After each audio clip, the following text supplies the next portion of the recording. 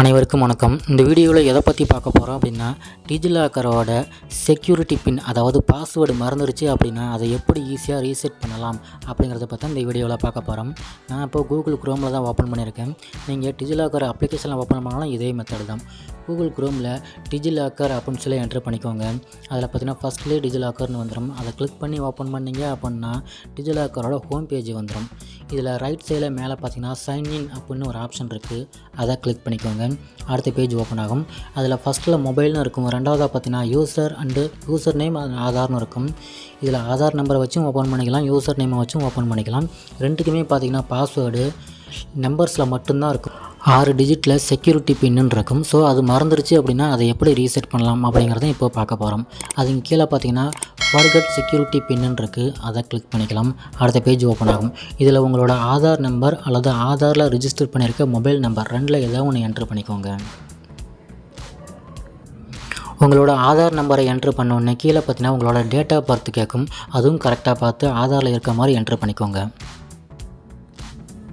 Enter பண்ணதுக்கப்புறம் கீழே நெக்ஸ்ட்டுன்னு ஒரு ஆப்ஷன் இருக்குது. அதை கிளிக் பண்ணிக்கோங்க. அடுத்த பேஜ் ஓப்பன் ஆகும். இதில் லோட் ஆகிறதுக்கு ஒரு 5 செகண்ட்ஸ் லேட் ஆகும். அந்த டைம் வரைக்கும் வெயிட் பண்ணுங்கள். இப்போது பார்த்தீங்கன்னா நீங்கள் ரெஜிஸ்டர் பண்ணியிருக்க மொபைல் நம்பருக்கு ஒரு ஓடிபி வந்திருக்கு. அந்த ஓடிபி இங்கே கரெக்டாக பார்த்து என்ட்ரு பண்ணிக்கோங்க.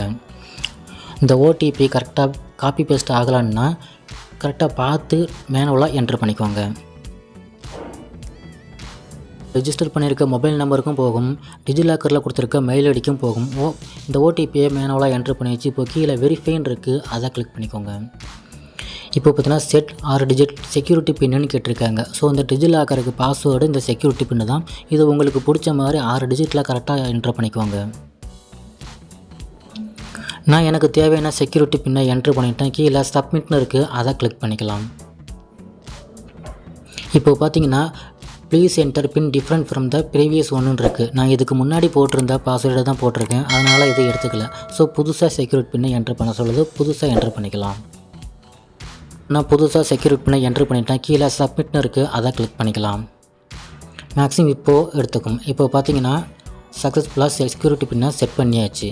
நம்ம செக்யூரிட்டி பின்னை புதுசாக செட் பண்ணதுக்கப்புறம் பார்த்தீங்கன்னா ஆட்டோமேட்டிக்காக ஓப்பன் ஆகிடுச்சு. இதில் பார்த்தீங்கன்னா வெல்கம்னு போட்டு என்னோடய நேம் வந்துருச்சு அப்படின்னா என்னோடய டிஜிலாக்கர் ஓப்பன் ஆகிடுச்சுன்னு அர்த்தம். செக்யூரிட்டி பின்னும் புதுசாக செட் பண்ணியாச்சுன்னு அர்த்தம்.